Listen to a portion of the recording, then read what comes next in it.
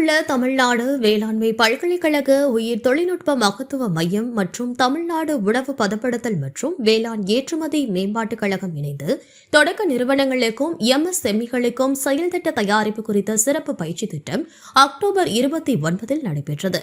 இந்த பயிற்சி டிஎன்ஏபிஎக்ஸ் சார்பில் ஆர்ஏஎம்பி திட்டத்தின் கீழ் நடத்தப்பட்டது. இதன் நோக்கம் தமிழ்நாட்டின் எம்எஸ்எம்இ நிறுவனங்களின் புதுமை திறன், தயாரிப்பு மேம்பாடு மற்றும் போட்டித்திறனை மேம்படுத்துவதாகும். பயிற்சியின் ஒரு பகுதியாக காஸ்மெட் வழியாக 10 எம்எஸ்எம்இ நிறுவனங்கள் தேர்ந்தெடுக்கப்பட்டு ஒவ்வொரு நிறுவனத்திற்கும் ரூபாய் 1 லட்சம் நிதியுதவி வழங்கப்பட்டது.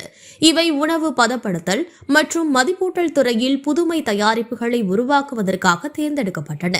அவற்றில் அவிவா organics, Thennai Vannam, Bubble Box Retail Private Limited, Shefa Biotech, Craft Agrotech Private Limited, Nature Mills Private Limited, Myco Enrich Foods, Pechi Foods Private Limited, Jivit Sustainable Technologies Private Limited மற்றும் பிரவீன் பானு ஆகிய நிறுவனங்கள் அடங்கும்.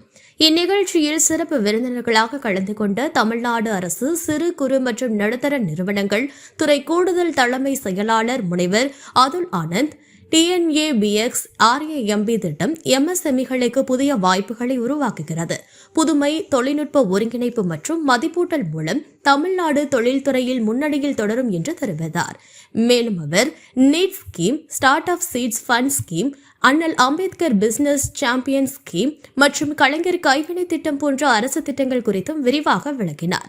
தமிழ்நாடு அரசு தென்னை நார் வணிக மேம்பாட்டுக் கழக தலைமை செயல் அதிகாரி முனைவர் கண்ணன் மற்றும் கோவை மாவட்ட தொழில் மைய பொது மேலாளர் சண்முக சிவா ஆகியோர் எம்எஸ்எம்இகளுக்கான ஏற்றுமதி வாய்ப்புகள், காமர்ஸ் தளங்கள் மற்றும் உலகளாவிய சந்தைப்படுத்தல் குறித்து எடுத்துரைத்தனர். முன்னதாக உயிர் தொழில்நுட்ப மகத்துவ மைய இயக்குநர் முனைவர் செந்தில் தலைமையுரையாற்றினார். தாவர உயிர் தொழில்நுட்பத்துறை தலைவர் முனைவர் கோகிலா தேவி வரவேற்புரையாற்றினார். ஸ்டார்ட் அப் டிஎன் மண்டல மைய திட்ட தலைவர் காயத்ரி தொழில் முனைவு திட்டங்கள் குறித்து விளக்கினார்.